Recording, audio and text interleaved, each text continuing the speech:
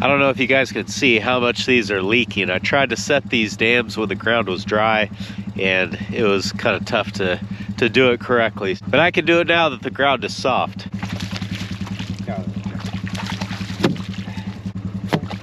That looks better. A little bit of a leak is fine because I'm just going to be watering this other side tonight, but I want to try to get all this water pushed down to the end first.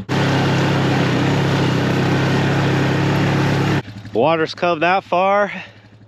It's got that far to go. It still needs several hours. If you're new to the channel or just don't know what I'm doing, I'm flood irrigating my pasture, and a quick overview of how that works. I've got two levees about 30 feet apart that create a channel for the water to travel. And then up here at the top of that channel, there's a valve where water comes out. The idea is to push this water all the way down to the end of the field and then turn the valve off. And that is how this pasture gets watered through the summer. But today's video is not about irrigating. Today, we are cutting the hayfield. That's what's going on today on Farmertylerranch.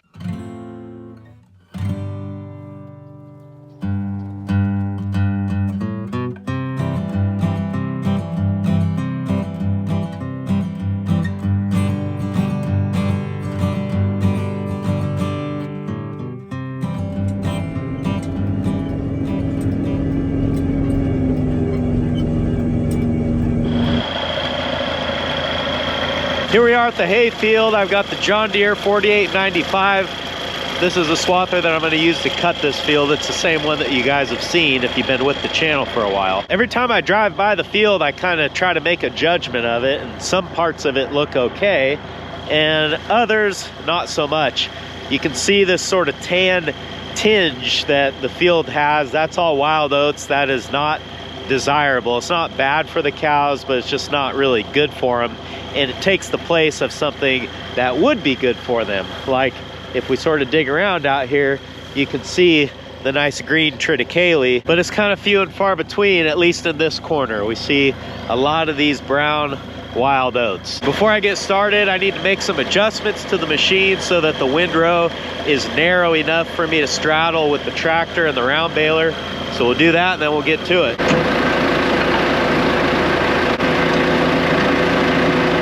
Well, we'll try it there. We'll cut a little bit and take some measurements and see where we're at.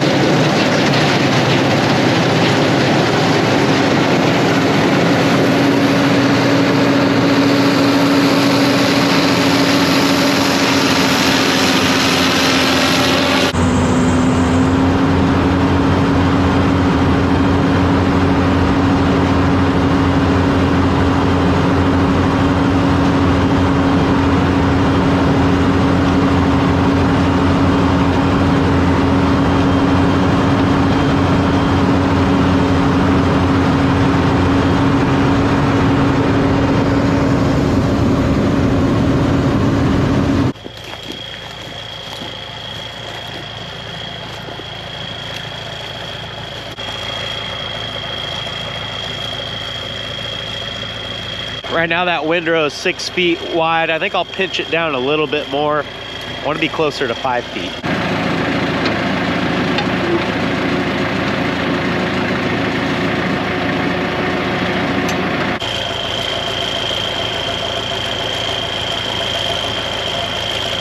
The crop itself is close to 5 feet tall, so I guess that's good. Okay, let's try it again.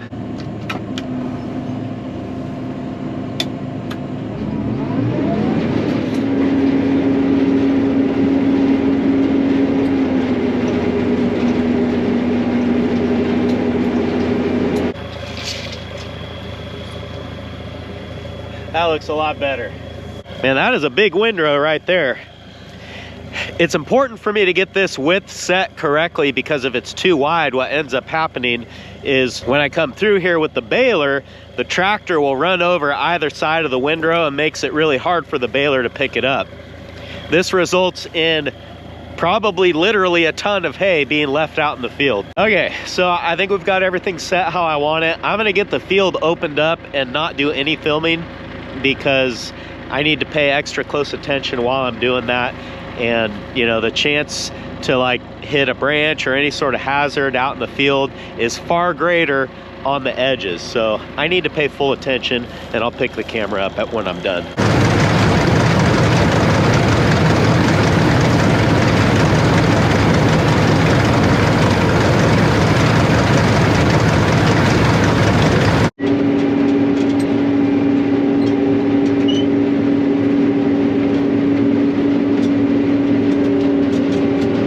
Well, I think I told you I was going to open up the field and then turn the camera back on, and as you can see, I did open the field up and then I cut about half of it. What can I say? I got in the zone and I just kept going. So I thought I'd stop now because I need to grease the knife on the swather, and it's also a good time to kind of show you the field, the crop conditions, or what we're dealing with.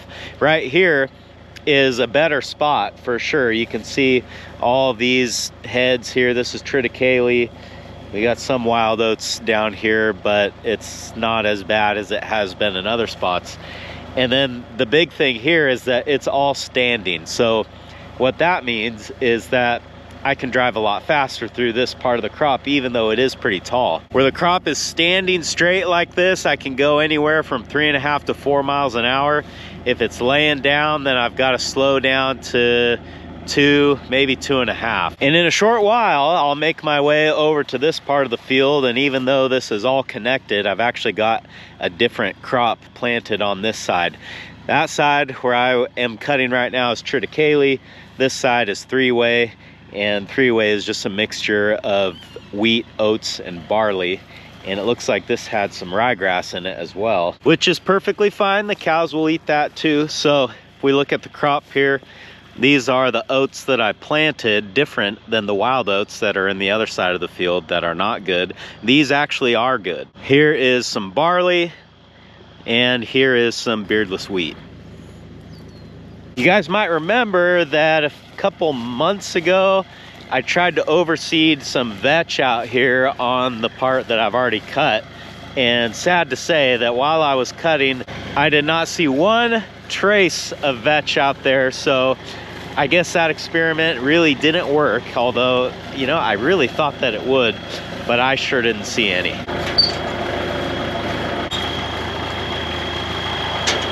The end of the knife, which is right here on this machine, needs to be greased every 5 hours, so that's one that you can't forget about.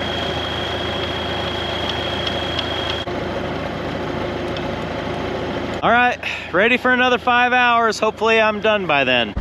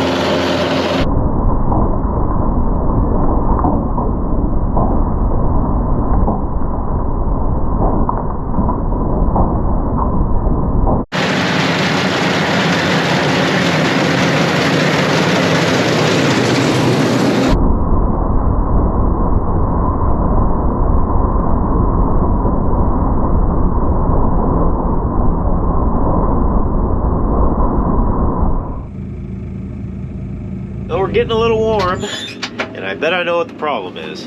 The radiator on this machine has this rotary wiper to keep the screen clean, but stuff still gets through there, so I'm betting the radiator's plugged up.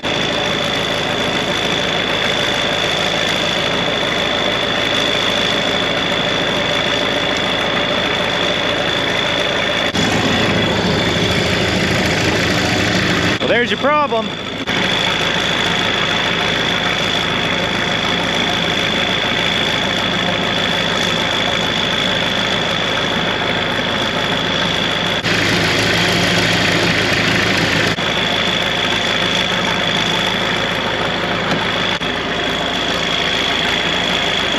May as well clean this too. This is a pre-cleaner for the air cleaner for the engine.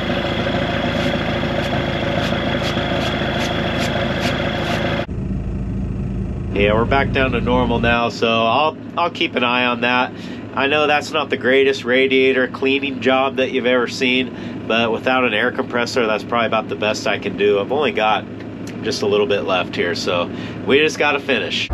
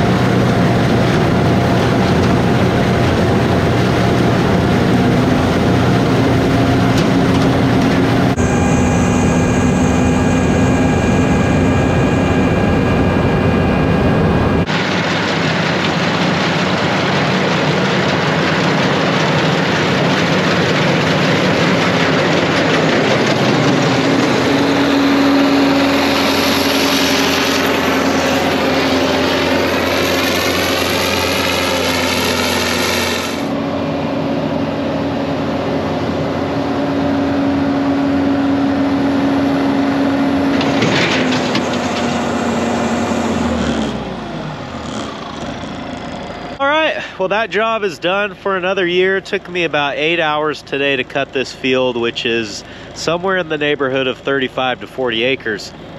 I think I could have got it done a lot faster had it not been for all that hay that was laying down. That really slowed me down on this half of the field, but you know, that's just the way it goes. I would expect in about 7 to 10 days this hay will be ready to bale, but it does depend on what the weather does in that time. Since finishing cutting the field, I see that we've got like a 36% chance of rain on Saturday, which is in 3 days from now.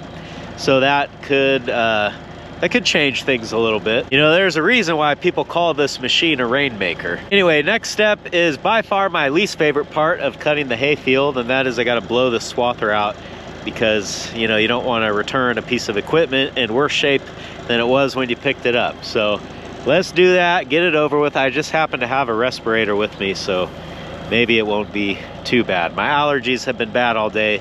You guys have probably been able to hear that in my voice, and I just feel like I'm kind of getting over it now.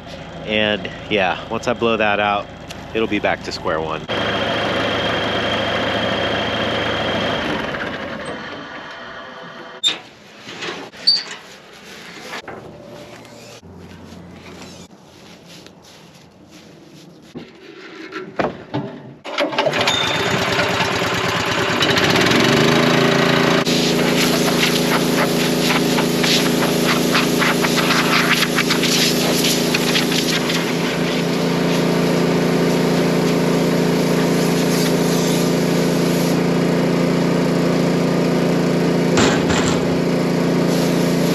Well, it's not perfect, but you know, it's just going to get used again in the next couple days. So I'm going to go get this thing put up for the night, and then we can move on to the next thing.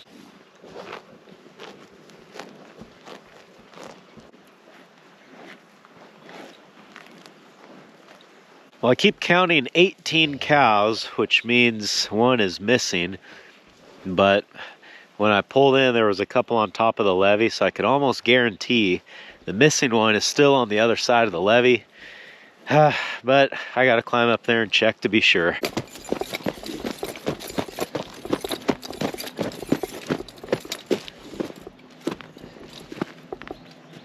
And the verdict is, there she is, right there.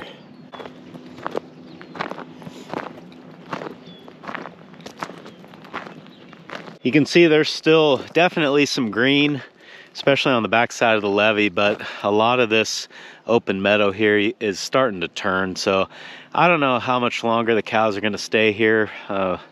Hopefully I can get at least another week or two, but it seems like when things start turning brown over here, they turn brown pretty fast. So I guess I won't make any concrete plans. We'll just kind of play it by ear, but we're getting close. Harder to go down than it wants to come up.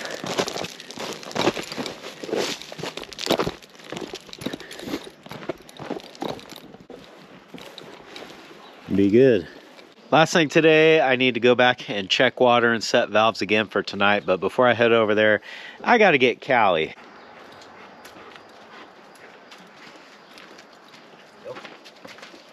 Are you ready? Are you ready? Are you ready? Let's get in.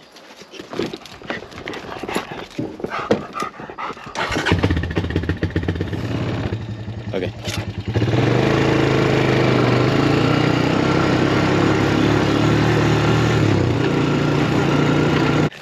Well, I guess I'll walk down to the end here and see how far these got. That's kind of the trouble.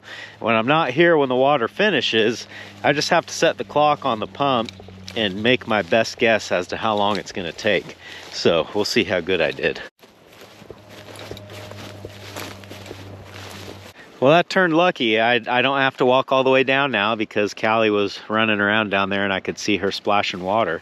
So I know that they made it. I was really wanting to come through here with the mower and clip the tops of these seed heads off. The cattle have been through here once already, and you know, if they left them the first time, I don't know why they would eat them a second time. But like so many things, I just couldn't find the time to do that before I really just needed to get water on the grass. And I'm sure this is a relatable struggle for everybody in one way or another.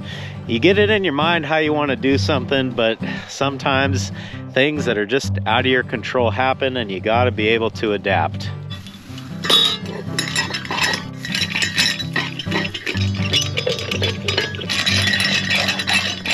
Well, it's been a productive day, but I think I'm going to call it here. Thanks for hanging out with me today, guys, and I hope I'll see you again on Farmer Tyler Ranch.